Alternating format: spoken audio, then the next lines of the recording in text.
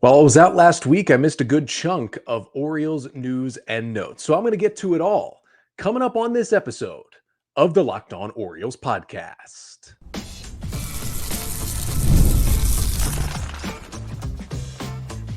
You are Locked On Orioles, your daily Baltimore Orioles podcast. Part of the Locked On Podcast Network, your team every day.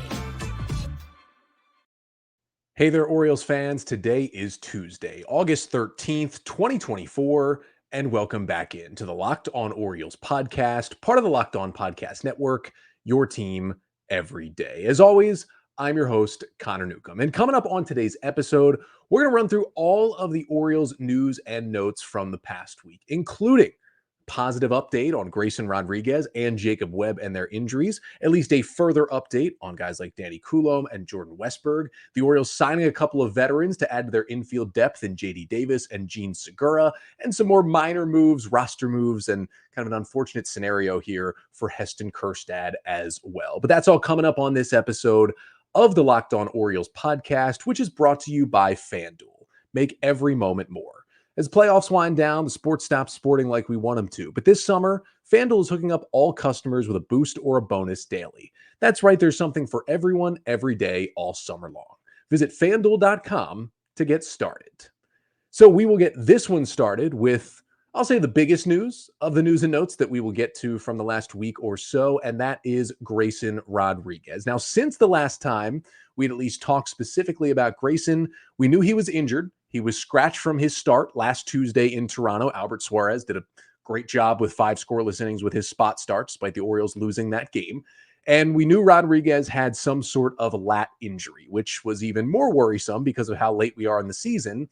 And because when Grayson did have a grade 2 lat strain all the way back in 2022, he suffered that injury in around July, and he was basically not totally done for the year, but was basically done for the year. Didn't come back to pitch until he had made some rehab starts in late September. So that was a little worrisome in terms of what the timeline was. But despite the Orioles placing Grayson Rodriguez on the 15-day injured list, retroactive to August 4th with right lat discomfort, we did get an update from Mike Elias when he spoke to the media before Saturday's game for the Orioles in Tampa. And the update, while it didn't say, hey, Grayson will be back in the 15 days and be ready to go, I would say it was still positive because there was a serious chance that this injury led to Rodriguez being out for the remainder of the 2024 season. And as I talked about last week on the episode after Grayson Rodriguez was scratched, I wasn't sure if the Orioles could survive Rodriguez being done for the year. But luckily, at least the way that we are trending, it does not look like that is going to be the case. The update that we got from Mike Elias said that he's going to be shut down for 10 days, and then we'll see what happens after that. And they're going to do some re-imaging of that lat, which is a back muscle, in 3 weeks. So that timeline for the re-imaging puts us in late August. Now, if all of that looks clean in late August, I don't think you're talking about activating him the very next day. So we're still bleeding into September before we can even really hope to get Grayson Rodriguez back on the mound in an Orioles uniform. However, if all goes well, it seems like the kind of light timeline that Elias gave us over the weekend should say that, hey, in mid-September, maybe Grayson Rodriguez is back on the mound. Maybe we can get 2-3-ish starts from him in the regular season and know that he's going to be fully healthy for the postseason. That seems like the best case scenario here, but that would still be a really good result for the Orioles after having him scratch from that start this late in the season, knowing it was an injury he's had before, knowing it kept him out for a while, and being very, very worried with what could have happened in this scenario. So for now, the Orioles still haven't said it definitively, but Albert Suarez looked good in the start where he had to jump in Tuesday, started Sunday for the Orioles in Tampa. There could be other options. I mean, you still do have Cade Povich down there in AAA. You do have Cole Irvin. I know it's hadn't looked great and he was DFA'd, but he's still in the organization.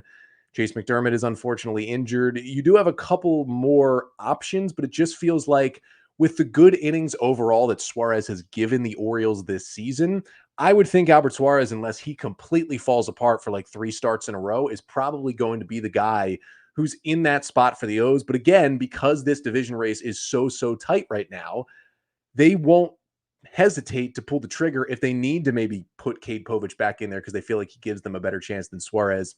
But for now, I would go with Albert Suarez. Mike Elias also gave us an update on Jacob Webb, which was just another punch in the face right after they put Grayson Rodriguez on the IL last week. They also placed Jacob Webb on the injured list on the 15-day IL with elbow inflammation. Now, Webb has been a super important part of this Orioles bullpen. Hasn't been as good lately. Overall, a 3.08 ERA in 49 and 2/3 innings for the O's bullpen has really been a workhorse for them this year, but it's also only 4 innings away from at least his big league career high. You know, most of the time when you get some minor league innings in there as well, you're still a little further from that. But that could have been some of this. Some of it also could have been that he was not feeling great, and that's why in the couple of outings that he had in August, he looked really, really bad after, a pretty good July. He threw 10 and 2/3 innings in the month of July, only gave up 3 runs, 14 strikeouts to 4 walks. But for Jacob Webb, just kind of hasn't been the same pitcher since the All-Star break. 7 1/3 innings. He's allowed 5 runs in that span. And maybe it could be that the elbow was starting to feel it a little bit. Elias did tell us, though, that it's good news on Webb as well when he spoke on Saturday. He said that Webb's elbow is just, quote, barking, which is basically a sports term for, hey, it's hurting a little bit, but there's not anything super serious under the hood. Elias said that there's no structural damage, at least that they see to this point, and they are hoping for, and they think they're looking at a short IL stint for Webb. Now, whether that means the exact 15 days and he comes right back after that, I do not know, obviously. Only time will tell for that situation. But even if you say, you're a little more cautious and you say it's 3 weeks, right? 21 days, you still get Webb back right around the end of August. You can still get him right and healthy in September and have him for the postseason. Now, maybe 2 months ago, I would have called Jacob Webb one of the Orioles' high leverage guys at this point. That's not really the case, but he is still an important middle reliever that would absolutely be part of the playoff bullpen if the Orioles do get there. So hopefully they can get him back. Some rest can help, and he can be good to go when it really counts. Elias also gave us kind of smaller updates on Jordan Westburg and Danny Coulomb. Of course, Westburg breaking his hand a couple of weeks ago. Coulomb's been out for a while with those bone chips he had in his elbow that he had to get removed. Elias basically just said he hopes both will be back, quote, deeper into September, kind of put Rodriguez in a similar spot with those two. That's just a hoping and a waiting game. For Coulomb, it's all about, does he feel good enough when he starts really ramping up? And for Westburg, it's just like guys return from these broken bones in their hands in all different kinds of timelines, just basically depending on how the healing process goes and how they're feeling. So you just hope that things go well with Westburg and with Coulomb. Now, it'd be great if in mid-September, Rodriguez, Westburg, Coulomb were all added back to the roster. Those are all super important pieces for this Orioles team. That's an all-star everyday player in Westburg. That's your number 2 starter in Rodriguez. And quite honestly, that was, I think, your best reliever in Danny Coulomb in the bullpen when he went down.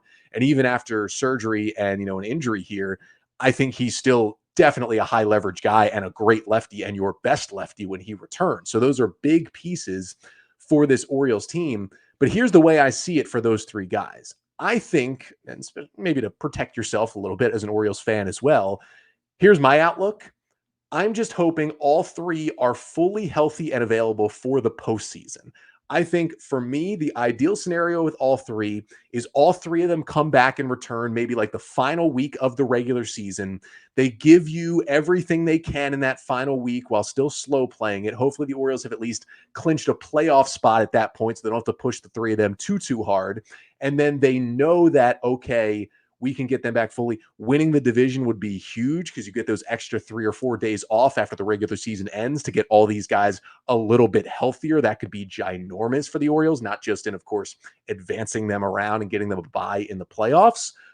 But if you can at least get them and know that they've gotten their feet wet a little bit and then are fully healthy when the postseason starts, that to me would be best case scenario for those 3 because they are huge pieces for this Orioles team.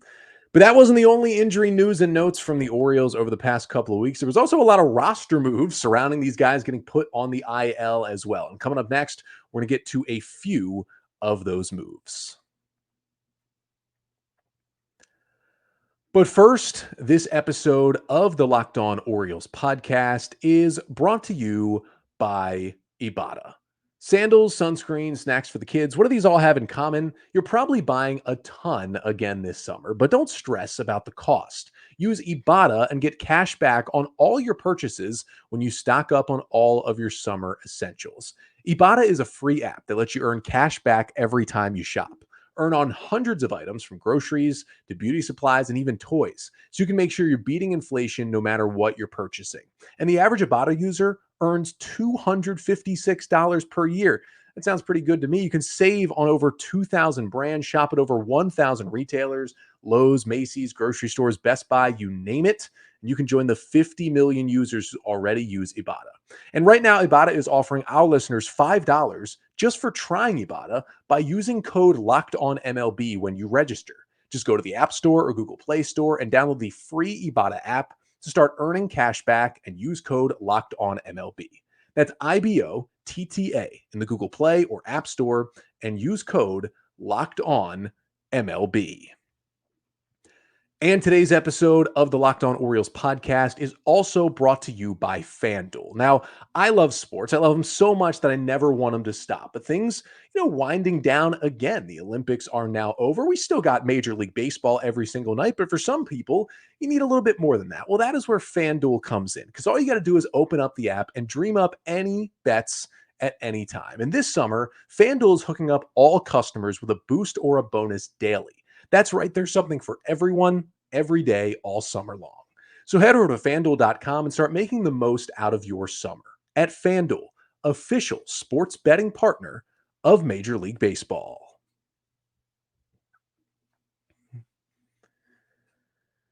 So let's jump back into some more Orioles news and notes and roster moves here on a Tuesday episode of the podcast. And next up, let's touch on kind of the moves that the Orioles made as they were unfortunately putting Grayson Rodriguez and Jacob Webb on the 15-day injured list last week. They did recall Keegan Aiken, who kind of moves back into his semi-long relief, semi-lefty specialist role in the pen. He's kind of had some very different roles in this bullpen, but I think I talked about it last week at one point on the podcast that although Aiken has been pretty good this year when you look at the numbers, like a 3.57 ERA, 3.29 FIP, 58 innings is the most anyone has thrown out of the Oriole bullpen this season. He's already pitched in 48 games for the O's. Like the strikeout numbers at 30%, basically the best of his career. Walk numbers at only 7%. That's pretty on line with what we usually see from Aiken, who is a strike thrower.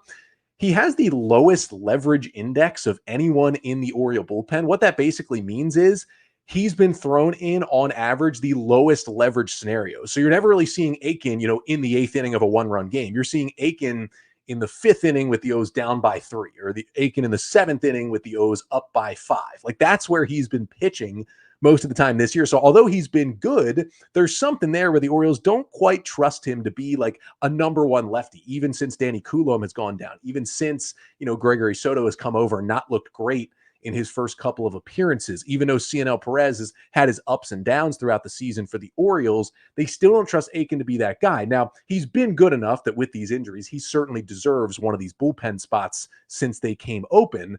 But I'm still not convinced he's going to move himself into a high leverage role. It's going to be more of that long relief role too, because with Albert Suarez now moving back into the rotation, Cole Irvin in AAA, you don't really have that long man on the roster. So Aiken can be that if you need it at any given time.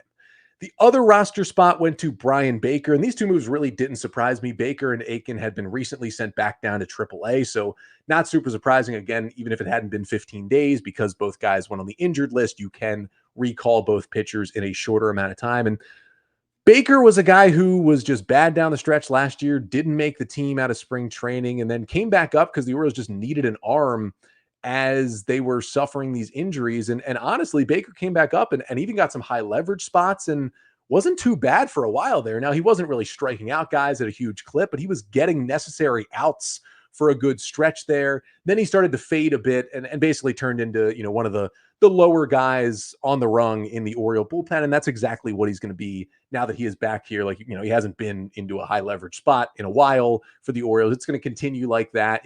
Maybe if the O's have a 2 or 3 run lead in the 5th or 6th and they need a righty, you could see Brandon Hyde go to Brian Baker. But if he's in there in the 8th or the 9th, the Orioles are either up or down by 5, 6, 7 runs, kind of similar to Aiken. I still trust Aiken more than I do Baker, but Baker's shown enough where he could come back up and get you some outs. The hope is, though, for Brian Baker specifically, that, once things get to the big parts of the season, he's not in this bullpen, at the very least, is not pitching anywhere close to key parts of this Orioles team. It's just that when you have injuries, you got to have depth. Baker is part of that, and he rejoins this team for the O's as well. Now, we also did learn that James McCann did have surgery on his nose last week on the off day after that crazy moment. He got hit on the nose by a 95-mile-per-hour fastball, multiple nasal fractures, and yet stayed in the game and caught the next 8 innings. Just craziness that we saw. He said he can finally see well out of both eyes again. He had a big game Friday night against the Rays when he got the start behind the plate, like swinging the bat well, catching good games. I believe the Orioles had won after that game Friday 6 games in a row that James McCann had started behind the dish. So he's at least bringing something defensively and a little bit offensively right now as well, even with the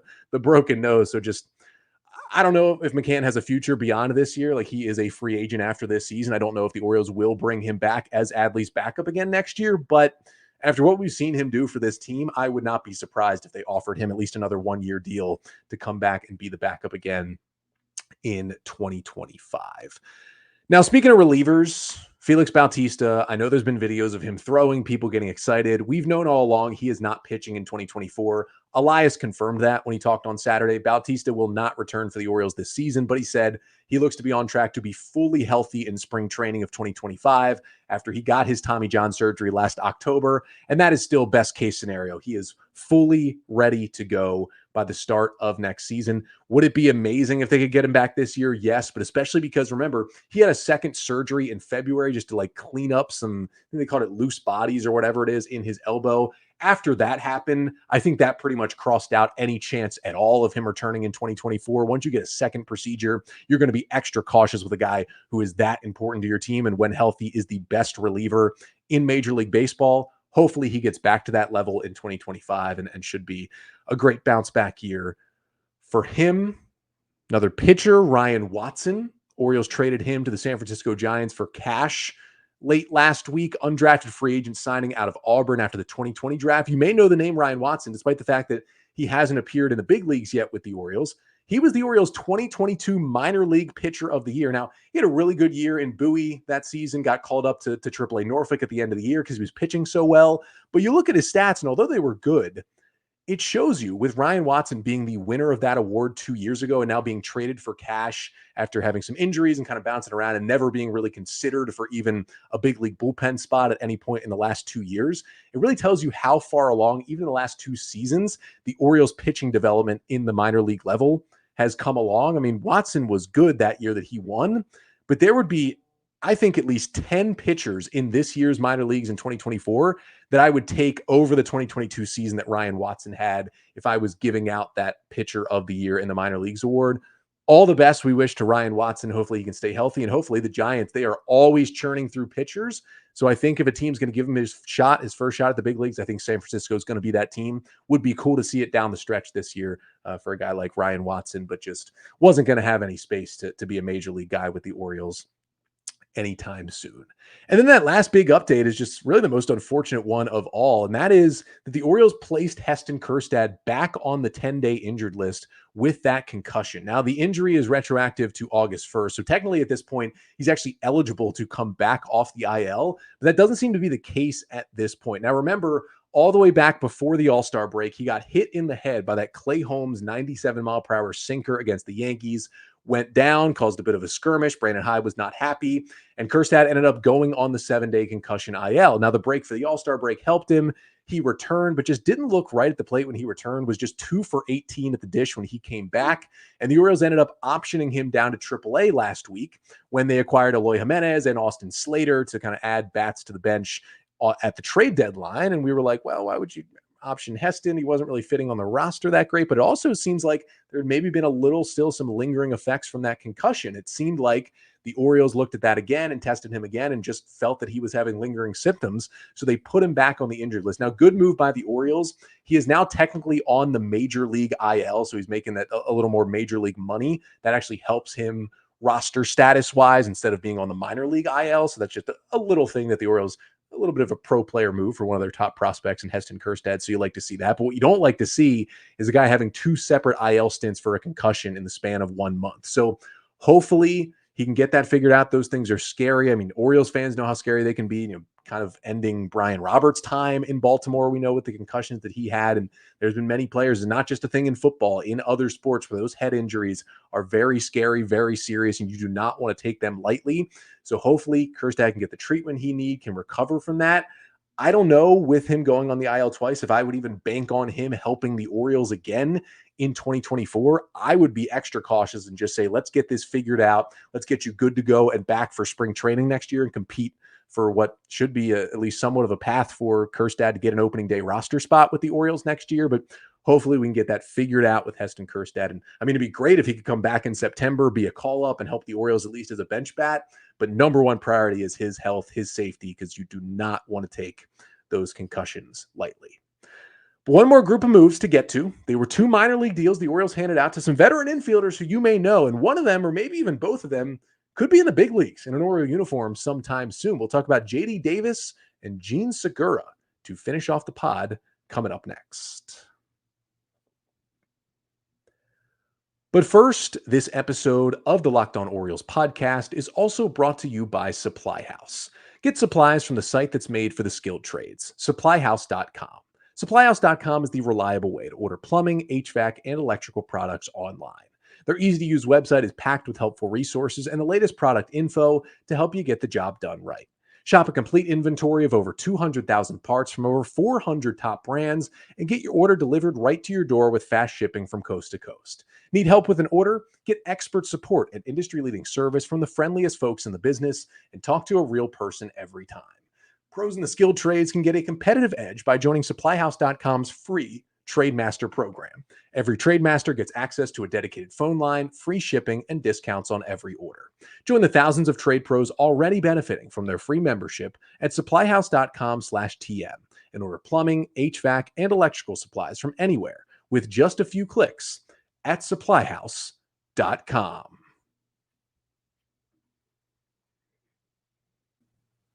So we've got one more patch of Orioles news to get to on today's episode, kind of catching up from the brief little break I took last week, but it is the minor league signings that the Orioles made, and they made 2 somewhat interesting ones for a couple of veterans. Infielders J.D. Davis and Jean Segura were both brought in on minor league deals and both assigned to AAA Norfolk. Actually, the 2 of them were in the lineup together for the first time, I believe, for the Tides Saturday night game. Now let's start with J.D. Davis. He is 31 years old, basically a third baseman / first baseman at this point, and has been in the big leagues this year with both the Oakland Athletics and the New York Yankees. Now, he was pretty league average when he was with Oakland. That's where he started the season. This year, he ended up playing in 39 games, 135 plate appearances, hit 236, 304 on base, 356 or 366 slugging. That is a 96 WRC plus. So basically a league average hitter with a 7% walk rate and a 22% strikeout rate. He hit 4 home runs.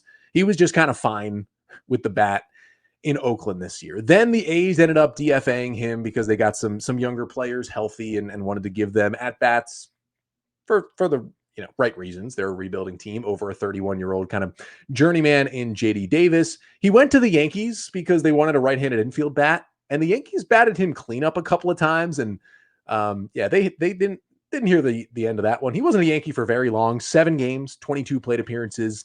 Didn't really hit the ball in New York, and that's another reason why he was gone.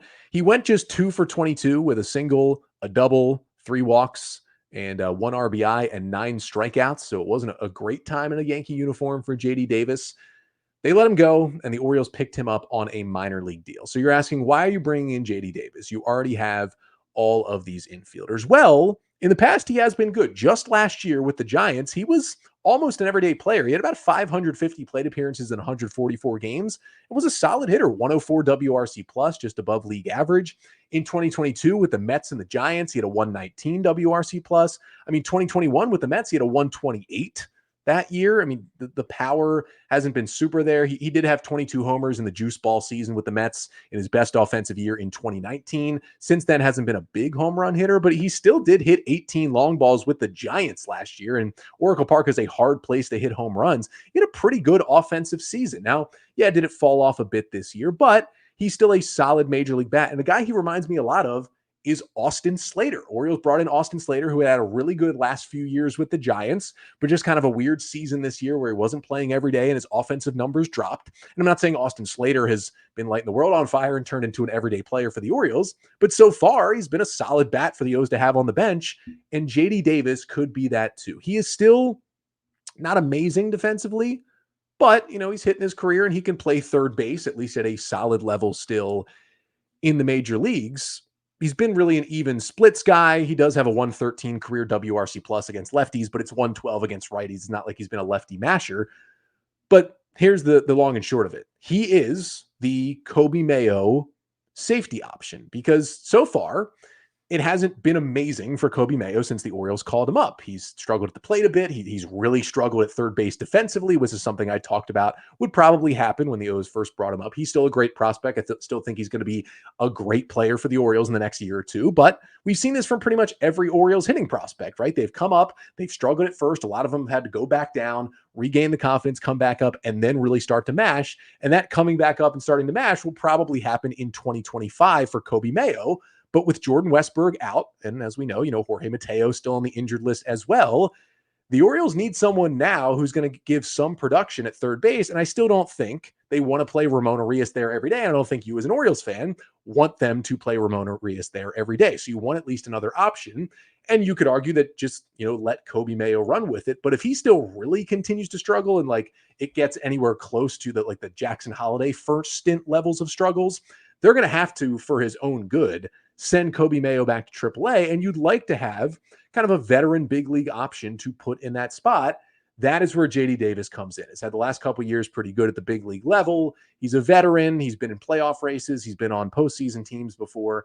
He is that fallback option. So instead of having to call up another utility bench type player, like bringing back a Levon Soto or Nick Maton or Taron Vavra, calling up a guy like Nico Goodrum, who's in AAA with the Orioles right now, you can instead have JD Davis, who, is not like an everyday star, but he's a much better player than any of those four guys and is more of a guy who you could play, half the games in a week instead of being a purely utility bench bat, and can give you a little more thump with the bat if you need to play him a little bit until Westburg comes back. And basically, he would be a guy who, let's say in a week, Mayo's still struggling. You call up JD Davis, you option Mayo. JD Davis is here for a month, fills in that role, splits time with Arias, and holds it down until Westburg comes back and then gets DFA'd. That's totally fine. That's a guy who, at least if he produces a little bit, can help you get to a division title. And that is why you're bringing in JD Davis. I'm not saying he's going to be back to his, former Mets and Giants levels of production, but he could be, and he could help you a little bit. You've seen Slater and Eloy Jimenez immediately get better when coming to the Orioles. Maybe JD Davis could do the same thing. Now, they also brought in Gene Segura on a minor league deal. He's kind of a third base, second base at this point, 34 years old. The thing with Segura is, as far as I can tell, he hasn't played professional or affiliated baseball anywhere in the 2024 season. In fact, he was with the Marlins last year, was Gene Segura, in the big leagues, and he just kind of completely fell off a cliff offensively. 85 games, 326 plate appearances, hit just 219, 277 on base, 279 slugging. His power went nowhere. He had 3 homers.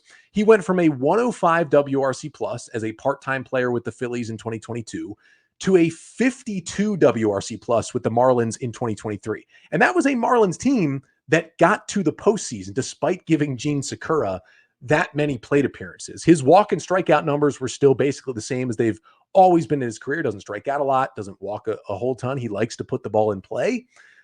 But his defense got worse. His offense got way worse. He had no power to speak of last year. And that's kind of how things ended. He got released by the Marlins. I think Cleveland picked him up on a minor league deal. He went to AAA with Cleveland for a bit, but never got to the bigs and was released and just haven't been in affiliated ball since then, which is kind of interesting to see. I mean, he's never been a guy who has hit the crap out of the ball, but if you look at his exit velocity numbers, they even went down last year, and it was just a weird season. I would guess JD Davis gets a shot with the Orioles in the big leagues this year. I would guess Gene Segura does not. That's a lot of catching up to do when you haven't played pro ball all year and you're getting signed in mid-August. Segura's, to me, more like just minor league AAA depth and truly a break glass in case of emergency option. I'd be a little more scared if it got to the point where they had to call up Segura. But for Davis, I do think we're going to see him play for the Orioles at some point this year. But that's the rundown of all of these moves and notes and news that the Orioles made over the past week or so. I wanted to kind of jumble them all into one episode here, especially after the O's ended up having the off day on Monday. But they are back in action on Tuesday. It's the Masson Cup. It's the Beltway battle. It's the Orioles and the Nats at 6:30 tonight for game 1 of 2. And then I'll be back with you tomorrow to recap the first game between the Orioles and the Nationals. Until then, though, I'm Connor Newcomb, and this has been the Locked On Orioles podcast, part of the Locked On Podcast Network. Your team every day.